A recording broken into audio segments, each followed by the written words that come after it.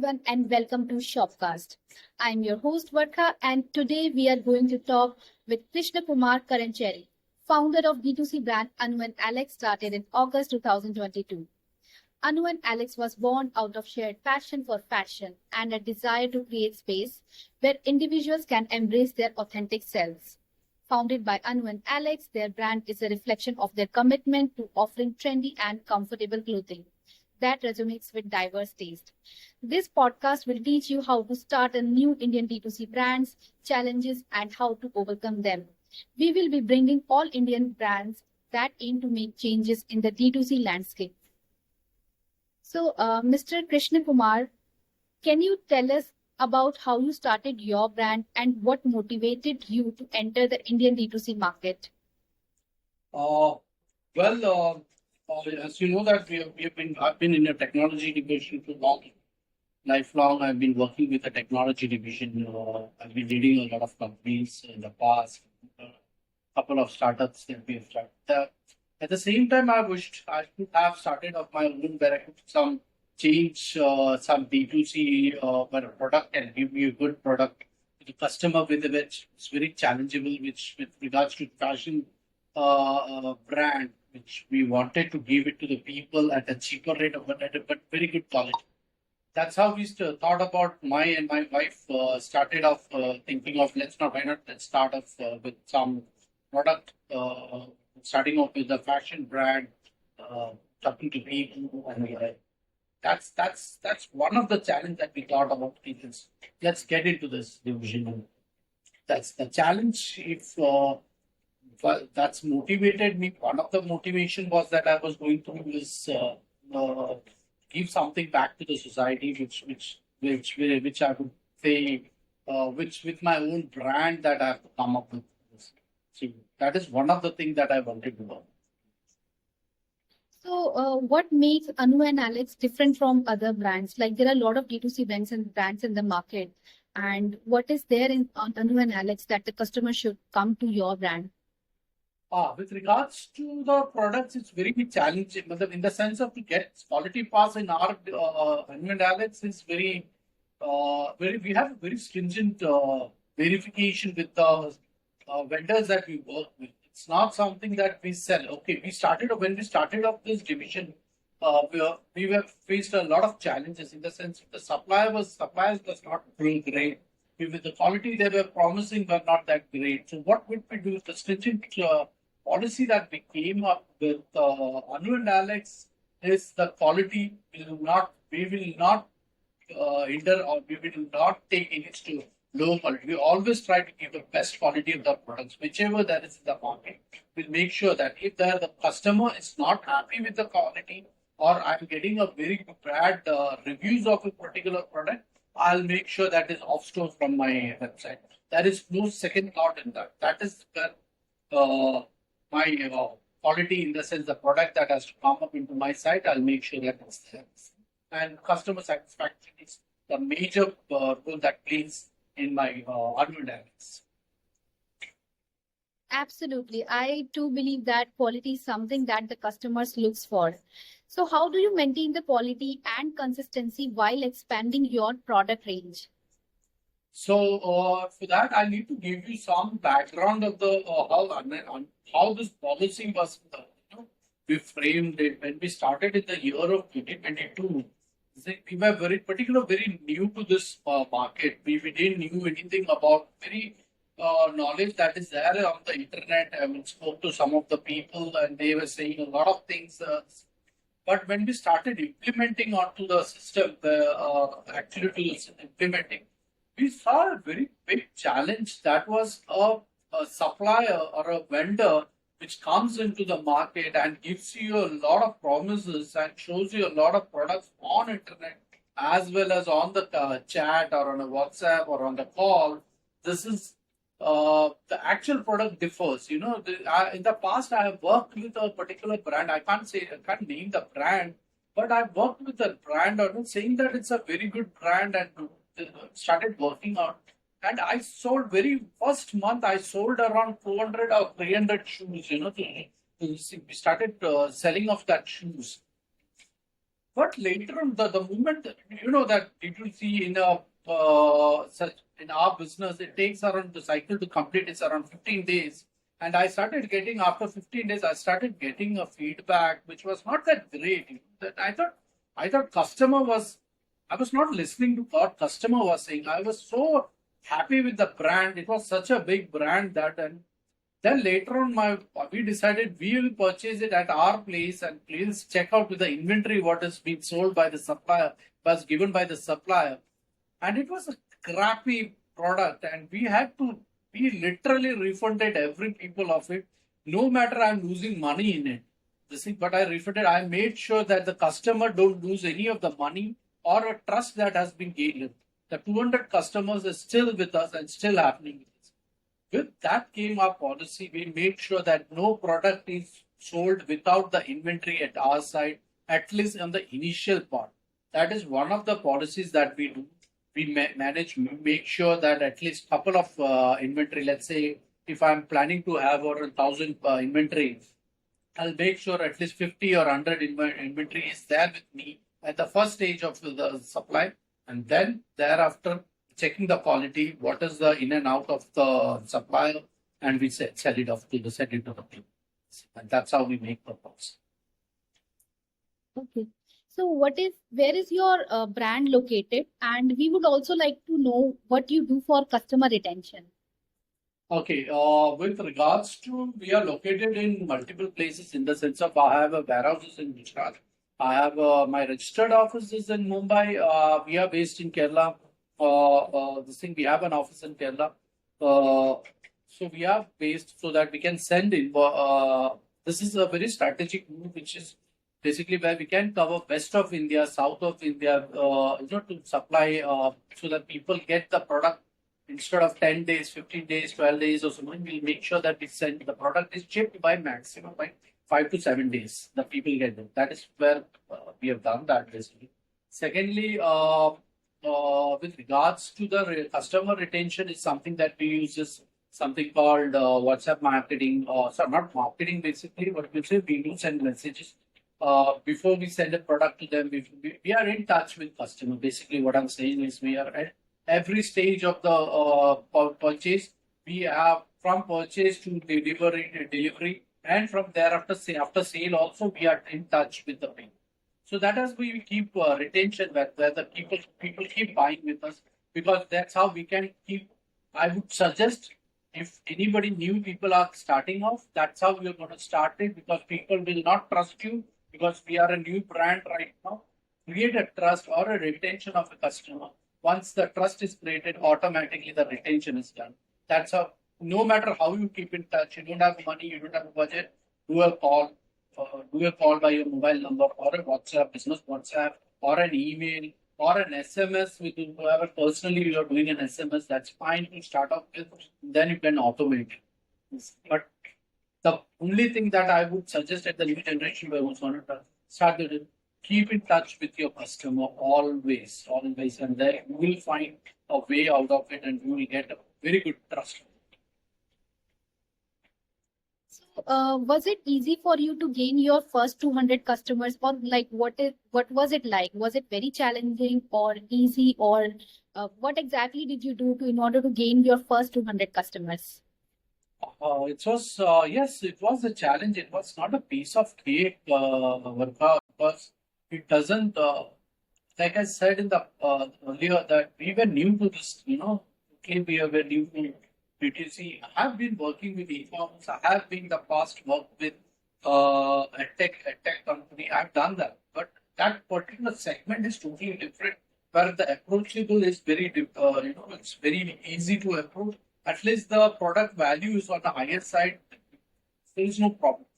But getting a 200 customers in the platform was challenging in the sense of where you are competing with Amazon, you're competing with Flipkart, you're competing with all other agencies.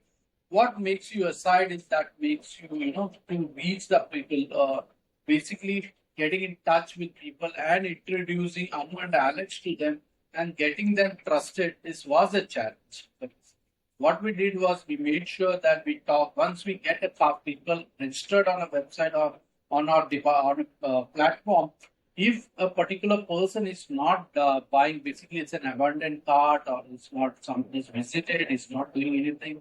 We used to call them up personally and ask them whether they used to get any, are you facing any problem in that sense? See, it was a tedious job. Of course, it was myself and my wife used to work on daily around the 9 o'clock in the night, 10:30. We used to call people in that whenever they are free. But we make sure that we will talk to them and understand what is the challenges that we faced or what challenges they are facing while placing in an order. And that's how we started, putting up a lot of automation to the system where by the feedback given by the customer to us, they saying that this is the thing that they have not done. Like COD, we never used to initially give us a COD. Then we came to know that COD is the market in India. Without COD, you cannot in India. That is one feedback that. So, who are your target customers and how do you reach them? The target customer depends upon the product to product. And for example, if it's a fashion product, for example, right now the one of the hot product that we are selling is right now is kurta due to festive season. Of course, yes. The kurta set we are been targeting the people who is in demographic wise. We give them is the people for the women who's in between 15 or to 45, 50. And people who have access, basically, we have a lot of tier 2 cities or tier 3 cities that we are targeting. Because tier 1 is always on Myntra or Amazon. Or it's not that we are totally forgetting that, but major budget that goes into is tier 2 city and tier 3 city. And tier 1, the budget is a bit low, but the things goes up as soon as tier 2 and tier 3 goes up. Okay, that's very nice. So, my next question is, what challenges did you face when you were launching your brand? And Okay. how did you overcame those challenges while starting your D2C brand? Okay, my challenges is not something new that every D2C users have gone through. Because it's a cycle that has to complete and you have to understand what is D2C. With example, with this is a fashion product, like I gave you an example. I gave you an example of the shoes. The challenges was major challenges in all the cycle, all the parts of it. Because one is the first thing I have to show you is the supplier. The supplier is a challenge that you will get X number of suppliers. Like you go to India Mart, you will get thousands of suppliers, but shortlisting a good supplier is a challenge in the sense of where you don't meet these people. If I would recommend if you can meet it, nothing like it, see the product of yourself and get it. But when we started, we never thought about this. We thought, okay, we went by the what you call word of mouth, and we believed them this thing, and we started selling all this. That is one of the challenges that is we fixed. Now, fixing this challenge was I told you earlier that if it's a new supplier, we don't take it just by the word. We'll make sure that some inventory comes. The first inventory comes to us. We'll check the quality check, and if it's all okay, then it goes live on my website. The second, the challenges was the customer. Yes, before customer also setting up the system, which we didn't know about. But to an extent, it is manageable to the system. Like Shopify, I'm using Shopify myself. The payment gateway I'm using myself. So it's to an extent it's manageable. There is no issues with it. But the major challenge that I faced was with the courier company. The logistic companies which you say, the aggregators sitting like Shiprocket or Bus Post. These people don't have control with their ground and the ground, the ground people, like courier guy who goes and delivers actually. The challenge that we faced was like, for example, if I'm selling a product, it's very risky. It's a time consuming where we are spending money, we are getting customer on the platform. We are making sure we are convincing the customer to sell to buy the product from us. Now the challenge that starts is we send the product to, let's say, I can't name the brand name, but one of the courier company that we send this thing, what they do is they take money upfront. But in the ground, in the zero level of the person who's actually going and delivering it, they will not deliver the product. They will sit in the office, they call it, and they make it as an RTO without even calling the customer, or the customer is waiting for the package. And out of 100, I faced around 60% of it. In fact, 70% I would say is being RTO'd because of the this from then we started calling again. We started calling customer whether we are asking started people, whether the customer guy has given you any call, or you have received any this thing, or you have rejected the customer rejected the parcel for the package that you have bought. This thing, to be surprised, you could say around 30 to 40% people will say, we didn't even get a call, with nobody has done it. It's just the courier company that is uh, sending it back to us. And that for that we had to fight with the customer. Now still the fight is going on with the aggregators, logistic aggregator companies. So that's a challenge again. The second, of course, not that I'm gonna reinvent a wheel in where there is a cancellation at the doorstep. That is, of course, in the market, it's already there. This is not something that 30% is always. Somehow, I don't know why the people have accepted 30% as an RTO or a cancellation at your doorstep. So all this 30% of RTO, you cannot do anything. That the people, you know, purchase a product and at the doorstep they reject it.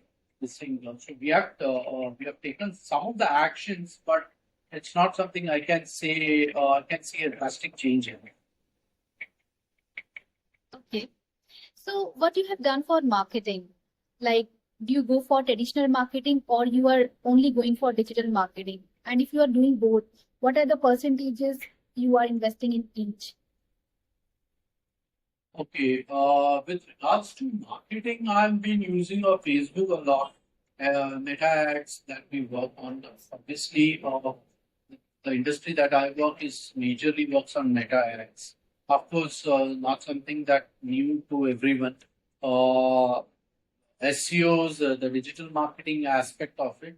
Offline marketing, we have not yet started because we have not grown to that kind of brand right now. We don't have a deep pocket. To be frankly, I'll tell you and transparently, I don't have a deep pocket even offline marketing. But yes, we are talking to people can help us where like in digital marketing where influencers are there, where celebrities are there. We are talking to them to get a product on their social media accounts. That is where. With regards to the allocation of budget, right now around 80% is on top of it. Everything is on Meta right now.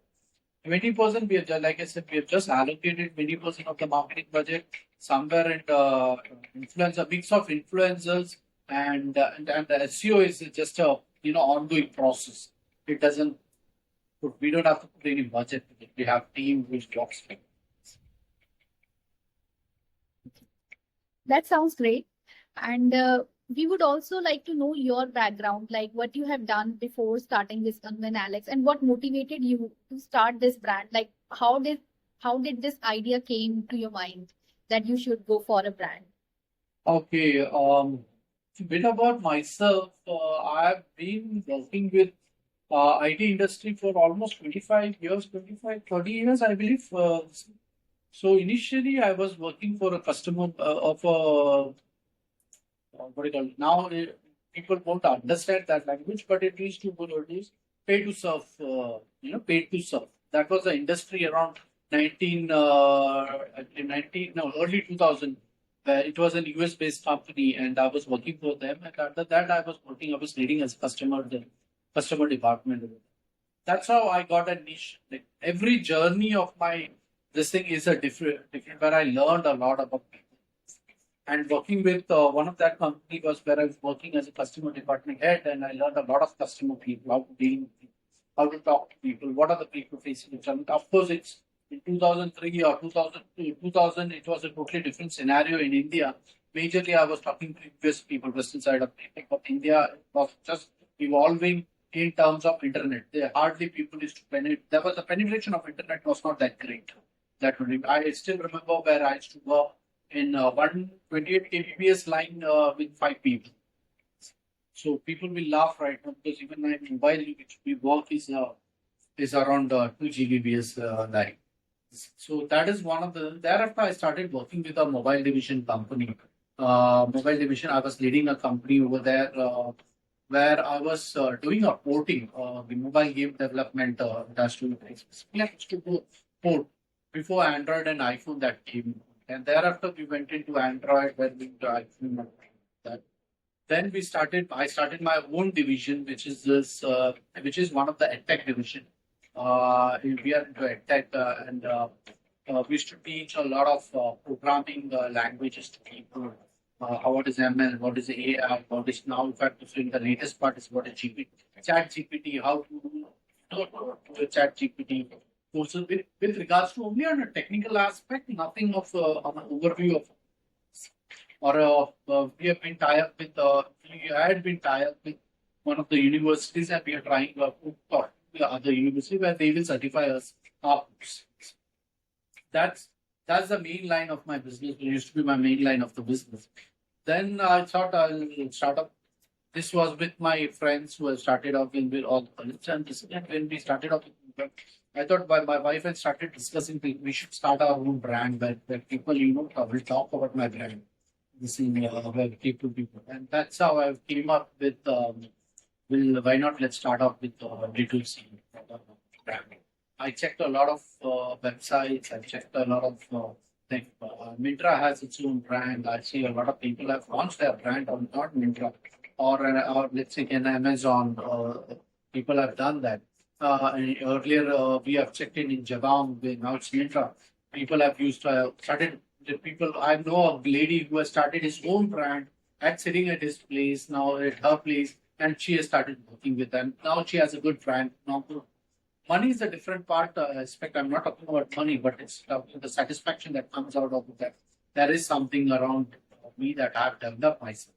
That is one of the motivation that gave us myself and my wife. Let's not start. Let's start off where people will come to know about it. With the brand name Anu and Alex, that we had discussing what the name should be, the brand name should be, and we were discussing. It took me around 10-15 days to come up with the brand name. We were not able to understand where it should be. I don't want a lot of the brand name need not be was pretty clear about the brand name. It should not be of a very much into a Western name or where very much should be a Desi type of name. It should be in between where the Gen Z people will understand, will recommend or will accept that kind of brand. That is how Anu and Alex came in. Anu being my son's name and Alex being my pet's name. So we are very close to our pet and my son. We are very close. That's how we came to the name Anu and Alex. Sounds great. So, Shopdibz is designed for Indian D2C brands like you to expand your reach and connect with new customers. Since Shopdibz is designed for new D2C brand, it will help customers recognize you as a trusted brand easily as other brands on Shopdibz. So, you don't have to fight alone in this market, and we are together here. So, do you believe that Shopdibz platform can solve your issues, challenges that you are facing, and when we compete in the market together? I've been working with the Shopdibz for almost now 7 months now. See, like I said, the customer service with the Shopdibz was good, great. The account manager is always in touch with me. It's me who's been delayed from my side, but otherwise the Shopdibz was very professional in the manner they have done it. I'm getting customers from them. I'm able to do it. The marketing has been handled in proper way. See, I believe Shopdibz is the next challenge. Most of my challenges, around 30-40% of the challenges that I'm facing with regards to customers will be solved with that Shopdibz. I recommend a lot of people. Let's go with the Shopdibz. Thank you, Krishna Kumar, for connecting with us. It was a pleasure meeting you and having these words with you. Thank you so much for having me in this show. Giving me your time for this interview. I really appreciate it for Showbiz also giving me this opportunity to give you an interview. Having a fun in a podcast.